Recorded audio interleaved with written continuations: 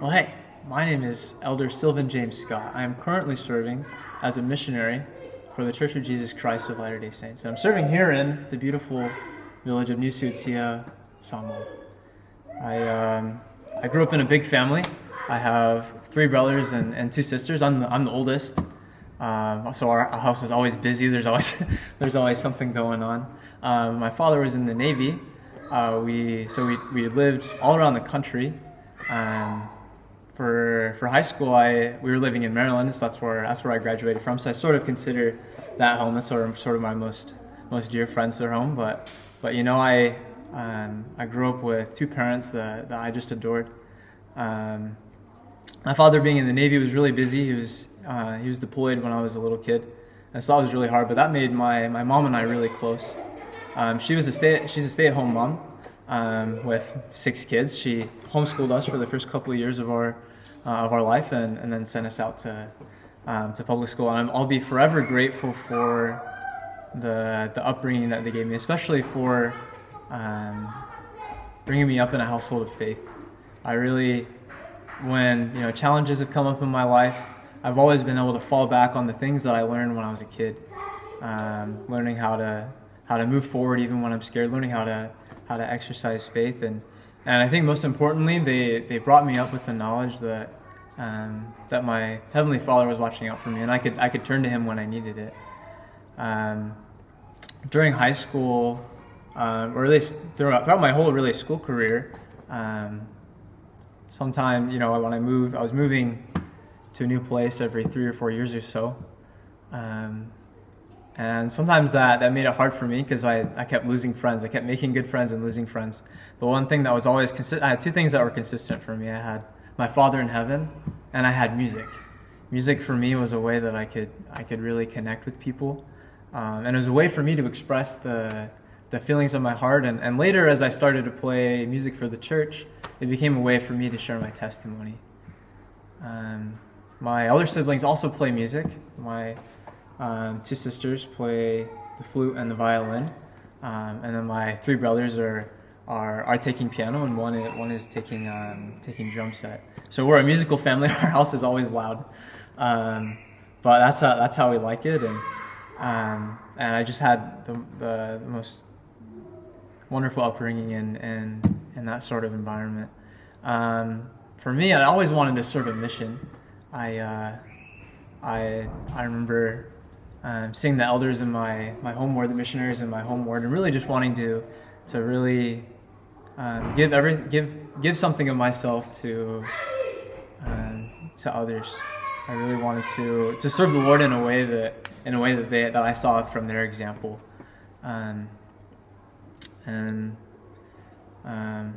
Additionally, my Heavenly Father has blessed me with a lot of gifts, and so for me, in serving my mission, part of my mission for me is being able to share the gifts that my Father in heaven has given me. So when I got my mission call, I was super excited. We had a family in my ward back home that was from Samoa. They were the Ailupatea family. And so when I found out that I was going to Samoa, we were all just so excited. We were jumping up and down. I couldn't wait to come. And whenever you start something big like this, you sort of have a dream in your mind, a vision in your mind of what it's going to be like. You think about it, you daydream about it. I imagined that my mission was going to go absolutely smooth.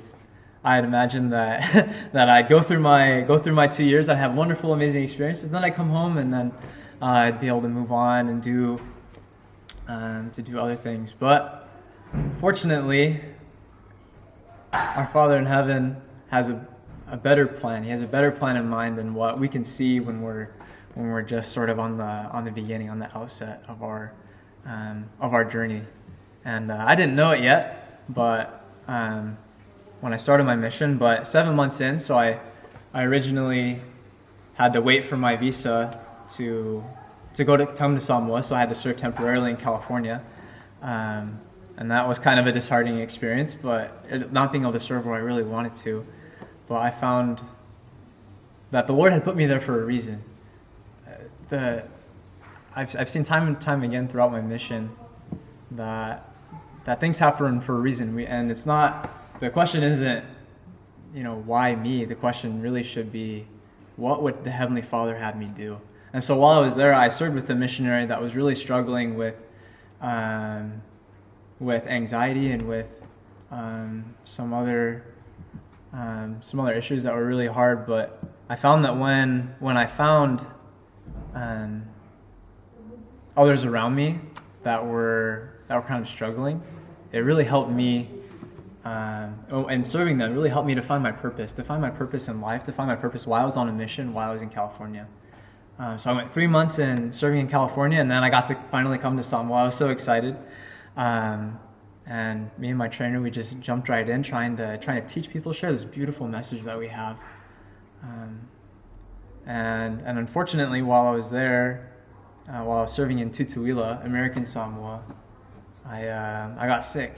And it wasn't something from the island or something that I gotten sick from like the food or the water or anything. It was a condition that I evidently had for years before the mission, but didn't come up until I was here.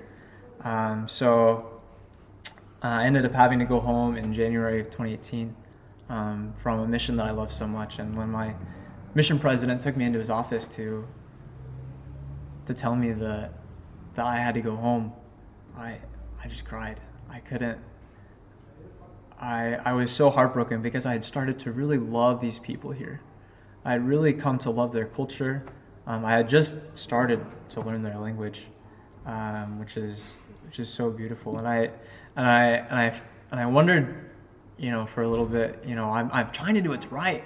I'm trying to do what I feel like Heavenly Father wants me to do. I'm trying to do what feels right. I'm trying to do what is right. So why would I have to go home? Why would I have to sort of finish what I had started early? But again, going back to remembering my experiences in California, I realized that a little bit of it is not about me. My Father in Heaven has had a bigger plan for me. When I went home from my mission, I had to go get surgery, and I had a couple months of recovery, and that was really tough. But as soon as I was recovered from my surgery, I found out why my Father in Heaven had sent me home. Well, first of all, there were two reasons. My family moved during my mission from Maryland to North Carolina, and so my sister was a junior in high school. Her name is Corey. And she was having a tough time adjusting, making new friends, and she was struggling a little bit in her faith as well. But when her birthday rolled around, I decided that I was broke. I wasn't working because I was trying to get better from being sick. But I wanted to give her something that would be meaningful, that would be personal, just for me. And so I decided that I would use my musical gift and I'd write her a song. And so I named this piece Corey's Theme, which I'm going to play for you in a little bit. And I tried to really incorporate elements of her character, her personality, on sort of a temporal and also a sort of a spiritual kind of way. And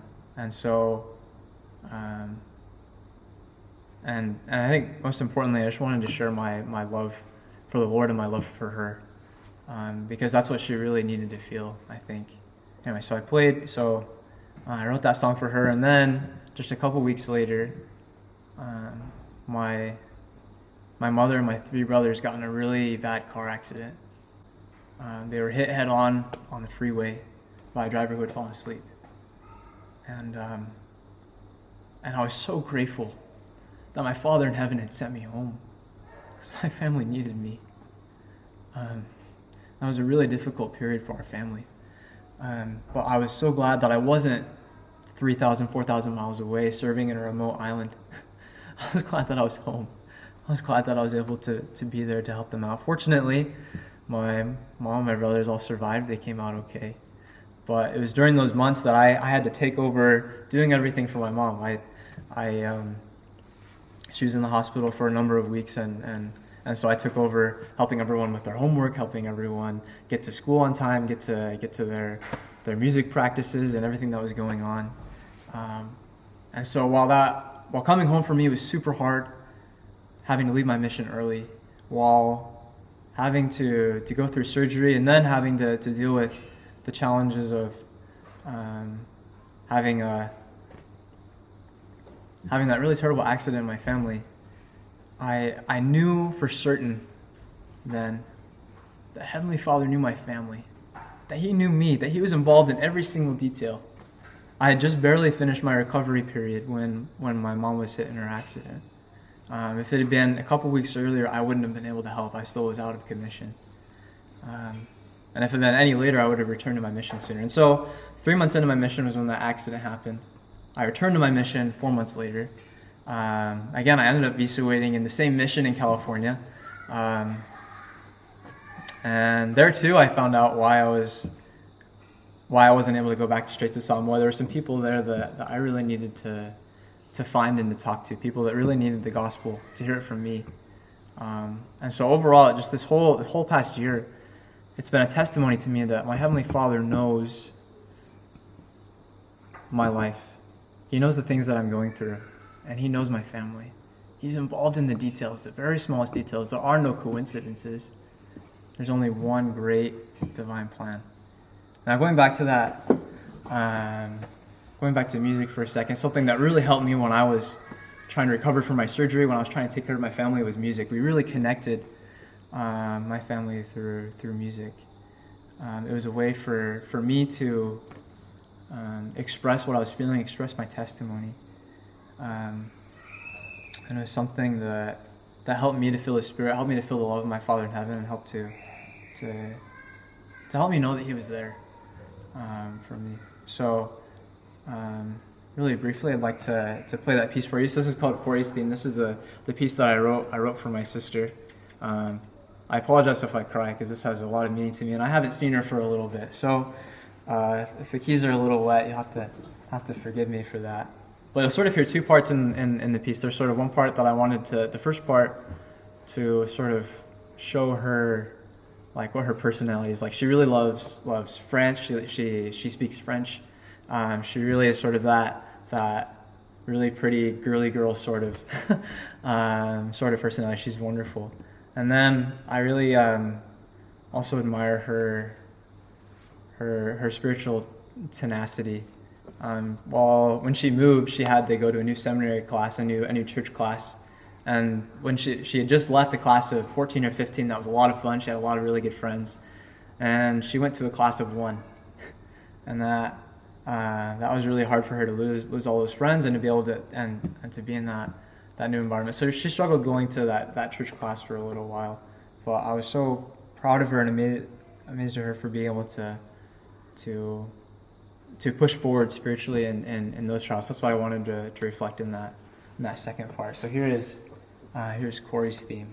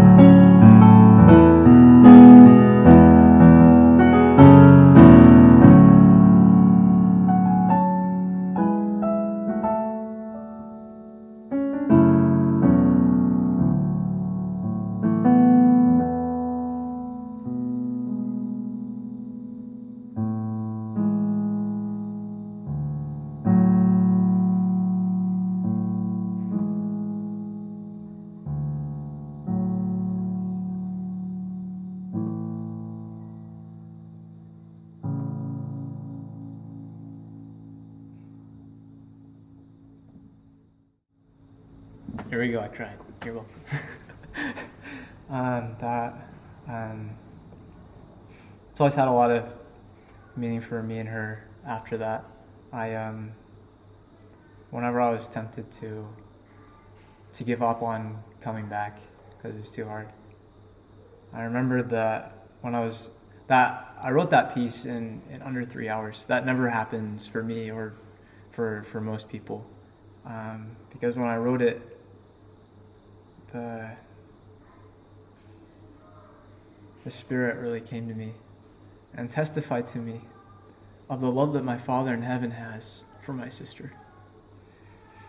And when I remember that love that he had for my sister, that love that he had for me,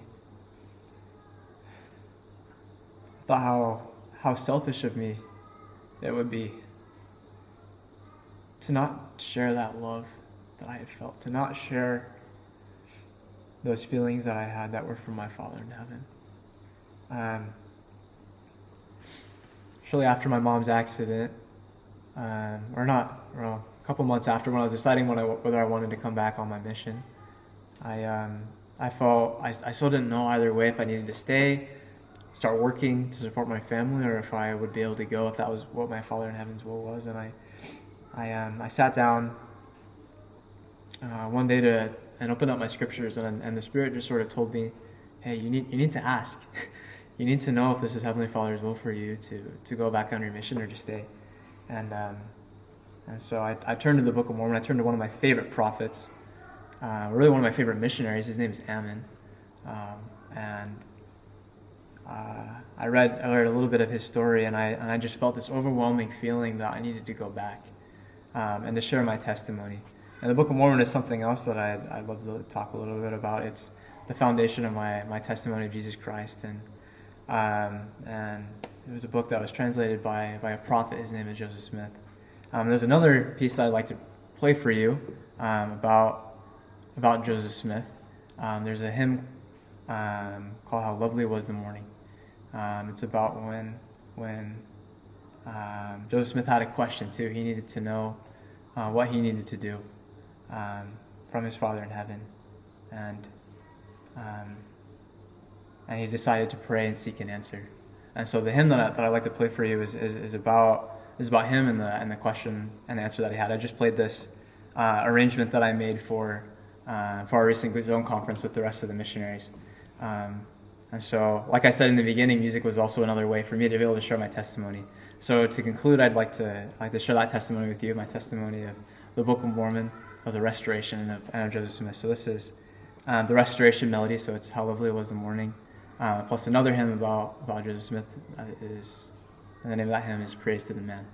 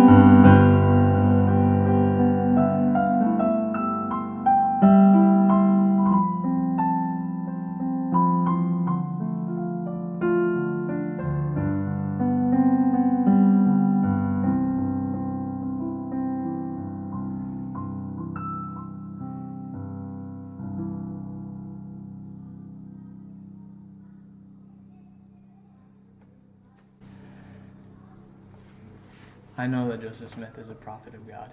I'm so grateful for my testimony. I'm so grateful for the experiences that I've had on my mission. I'm so grateful to know that my Redeemer lives. And I'm so grateful to know now after my mission that he knows me and he knows my family, and he is so invested in our lives, and that he knows the details. He's in the details. I say these things in the name of Jesus Christ. Amen.